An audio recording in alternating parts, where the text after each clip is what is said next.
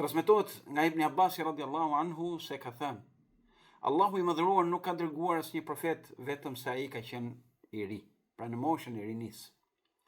Dhe askush nuk është bërë dietar vetë se kur ka qenë i ri. Më pas tha, e nëse dëshironi lexoni fjalën e Allahut. Qalu sami'na fatan yadhkuruhum yuqalu lahu Ibrahim. Ne kemi dëgjuar një djalosh i cili i përmend zotat tan për keq dhe ai quhet Ibrahim. Allahu i Madhëruar ka përmendur në Kur'anin familjar, ka sjell fragmente të ndryshme në të cilat ka vendosur theksin tek rinia, djaloshëria, mosha e re.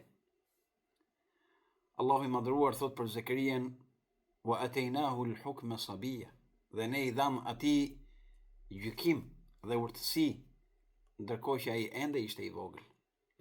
Ndërsa për djelmoshat e kefit e shpellës, Allahu i Madhëruar thot në Kur'an: wa idh awa al-fityatu ila al-kahfi, dhe kur ata djelmoshat u strehuan në shpellë, innahum fityatun amanu bi rabbihim, ata ishin djelmosha të rinj të cilët besuan në Zotin e tyre. Po ashtu edhe histori të tjera të cilat, fragmente të tjera të cilat Allahu xhalleshanuhu i sjell në Kur'anin familjar.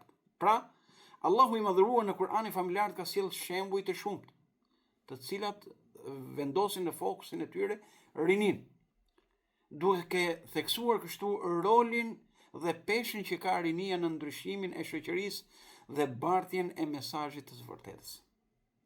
Shembulli i parë i kësaj rinie e cila duhet marrë shembull dhe duhet ecim në gjurmët e tyre është profeti ynë Ibrahimi alayhi salatu wassalam. Ai ishte një djalosh i ri që shikonte drejt horizonteve të gjera të larta. Ai kërkonte të vërtetën e pastër para se t'i vinte profecia. Dhe zotëronte një guxim të madh. Ai meditonte dhe mendonte në krijimin e qiejve dhe tokës, ende pa i zbritur shpallje pasi e kuptonte se populli i tij, i cili adhuronin idhujt, ishin në të humbje dhe në të kotën. Derisa Allahu i Madhëruar ja tregoi të vërtetën, ai besoi në Allahun dhe u largua nga idhujt dhe idhujtaria. Allahu i Madhëruar thot në Kur'anin familjar: wa kadhalika nuri Ibrahima malakut as-samawati wal ard wa liyakuna min al-muqinin. Kështu ne ja treguam Ibrahimit mbretërinë e qiejve dhe tokës, që të bëhej ai prej të bindurve. Me këtë Ibrahimi alayhi salatu wassalam do të bëhej një shembull për çdo të ri besimtar, që është i guximshëm dhe që refuzon idhujtarin, humbjen të kotën dhe emitimin e verbër, politeizmin, devijimin, shthurjen dhe humbjen nga rruga e së vërtetës. Shembulli i dytë që përmend Kur'ani familjar është ai shembulli i profetit Jusuf alayhis salam, ti djaloshi të ri, historia e të cilit është një nga historitë më të shkëlqyera, më mbreslënse, histori e cila lën gjurmë dhe që duhet jetë një histori nxitse për çdo të ri dhe çdo të re. Ai ishte një djalosh i cili kur arriti moshën e pjekurisë, Allahu i Madhëruar i dha atij dije dhe mençuri dhe urtësi.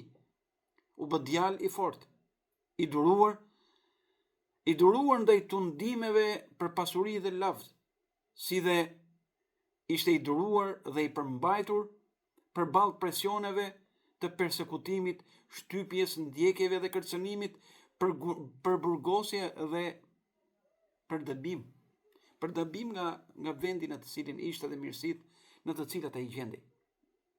Jusufi alayhi salatu wassalam ishte një djalë largpamës, që theu çdo lidhje dhe çdo prang të robërisë. Ai theu çdo lidhje me dhënien pas dëshirave dhe plotësimin e egos, epshit, apo rënies pre dhe sklav i dëshirave dhe shfrenimeve seksuale. Si dhe ai u largua për të qenë një shembull, u largua nga një shoqëri e korruptuar për të qenë një shembull për të gjithë rinin e cila e gjen veten shpesh në vorbullën e së të keqes dhe përpiqet që t'i bëj ballë, duke qenë ajo në ndjekje të hapave të pejgamberit alayhis salam dhe të rinisë së parë islame. Kjo tregon forcën dhe qëndrueshmërinë e tij në mbrojtjen e vlerave të larta, moralit të tij dhe besimit në Allahun xhelle shanu, pavarësisht se pengesat e shumta ishin pavarësisht se pengesat përpara tij ishin të shumta dhe të mëdha. Allahu i madhruar thot: "Walamma balagha ashuddahu ataynahu hukman wa ilma wa kadhalika najzi al-muhsinin." E kur ai arriti moshën e pjekurisë, ne i dham atij urtësi dhe dije. Kështu ne i shpërblejmë ata që bëjnë punë të mira. Pse nuk i nënshtrua Jusufi alayhis salam dëshirës së gruas, propozimit të saj, kërcënimit, joshjes që ajo i bëri? Përse? Madje nëse ai do ta kishte bërë një gjë të tillë, ai ndoshta do të justifikohej, pra kishte shumë arsye që ai mund të binte pre e kësaj joshje. Megjithatë ai qëndroi stoik, i pathyer, i palëkundur, i papërlyer, i pabaltosur. Pra kishte shumë arsye. Madje shumë mund ta justifikonin Jusufin alayhis salam nëse do të bënte atë që i kërkoi gruaja e ministrit dhe ajo tek e cila u rrit Jusufi alayhis salam dhe u bë djalë i bukur dhe i pashëm. Mund të justifikohej me justifikime nga më të ndryshmet. Ai ishte sklav. Dhe sklavërit zakonisht janë nën urdhra dhe hyjshëm. Nuk i thon dot jo pronarit dhe zotërisë. Megjithatë, Jusufi alayhi salatu wassalam nuk i afrua së keqës, nuk i afrua imoralitetit. Ai ishte djalosh i ri, pa martuar, zakonisht rinia është më energjike, është më e papërmbajtur përgjithsisht ndaj efshëve e tyre dhe dëshirat e tyre janë më të mëdha, më të forta se sa ata të cilët kanë kaluar në moshë. Ai ishte i huaj. Pra Jusufi alayhis salam nuk ishte në shtëpinë e tij, as në vendlindjen e tij, ishte në një vend huaj. Që fundja fare po të bënte diçka, ndoshta shumë njerëz nuk do ta merrnin vesh. Ishte në një vend të mbyllur, u mbyllën të gjitha dyert. Edhe ai sërish refuzoi. Pra të gjitha këto gjëra mund të justifikonin Jusufin alayhis salam.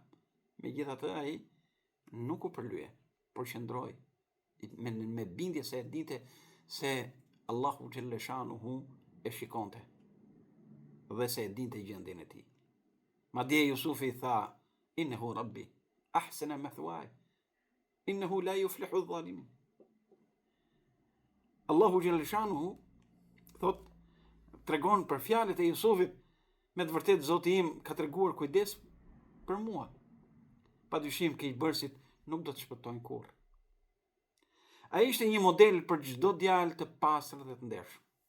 Shembulli i Jusufit alayhis salam do të jetë shembull për qëndrimin e çdo djaloshi, të cilin kur e fton një grua e bukur dhe me pushtet, me bukuri të hatashme dhe me pushtet njësoj si Jusufi alayhis salam, kur e fton për të bërë imoralitet, ai thotë unë i friksohem Allahut.